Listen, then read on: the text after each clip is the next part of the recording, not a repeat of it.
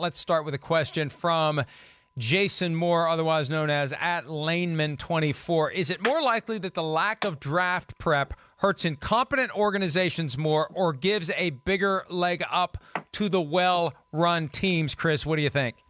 Well, this is a good question. Very good question. I actually think it hurts the well-run teams. I do. I think the well-run teams have this process down to a science to where, yes, between the evaluation of film, personal workouts, and meeting with a guy, they know what they really like. And I think the aspect of the personal workout is where I think it's going to really hurt the well-run teams. The well-run teams are able to go, ooh, I saw something on film I like. All right. I'm not so sure about the competition around him and all those things. Man, I also like these other guys at this position too. Let's get them in here for a personal workout, and then we can get a little closer look. And I think the really well-run teams have an eye for certain positions or certain players, or just knowing what to look for in a workout to go, that's going to translate to the NFL, right? I always think of Dante Scarnecchia here, Mike, with this. Dante Scarnecchia had like his own routine in New England that he put the offensive lineman through when it was a free agent or a draft guy, which was not the same as any other offensive line coach I ever saw put through a routine. And it was certain stretch, flexibility drills, other strength drills, all these type of things that allowed a Dante Scarnecchia to nitpick a guy and go, ooh, I like that he can do this and he can do that and he can't do this. And then Scarnecchia could find that diamond in the rough or whoever it may be, or distinguish who was better and not better. And you're going to lose that aspect if you have that guy that with a keen eye in your organization right now. Now, remember, they did have Scarnecchia go with them to the scouting combine, so the Patriots got a little bit of that, but not the extent that they're used to.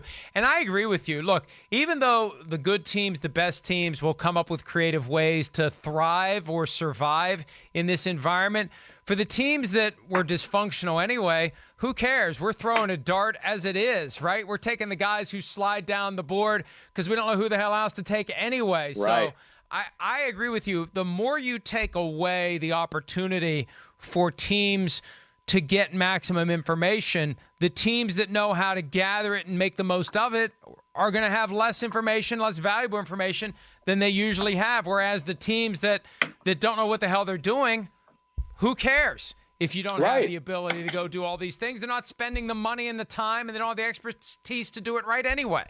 Well, yeah, exactly. And even another aspect of it is, hey, let's take, for example, like Pete Carroll and John Schneider. I look at those two guys and go, man, they have unbelievable people skills. They know how to work, guys who maybe had a little bit of a checkered past or not the best like history on the personal side, and they can work them into the organization, and it just seems like it works good.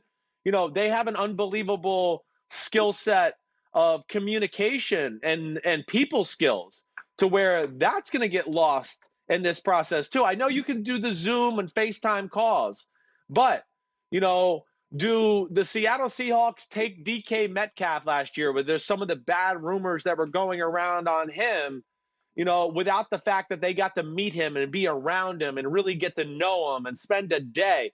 I'm just giving examples of like that, where, yeah, I know Zoom is good, but you're not really getting to spend the day, eat dinner, really get into some different topics, everything like that, see the body language of a guy, see if he's moody or not, anything like that. The teams that have really good people skills, I think they're hurting this whole conversation too. Yeah, I agree with you. My first thought was the good teams are still going to do a great job in the draft, but I think it is a greater challenge for them, because what made them great at drafting was taking full advantage of all the things that you can do to prepare, to gather information, to work directly with players, etc. Hi, I'm Mike Tirico, and thanks for watching. Make sure to hit subscribe for the latest news and highlights from NBC Sports.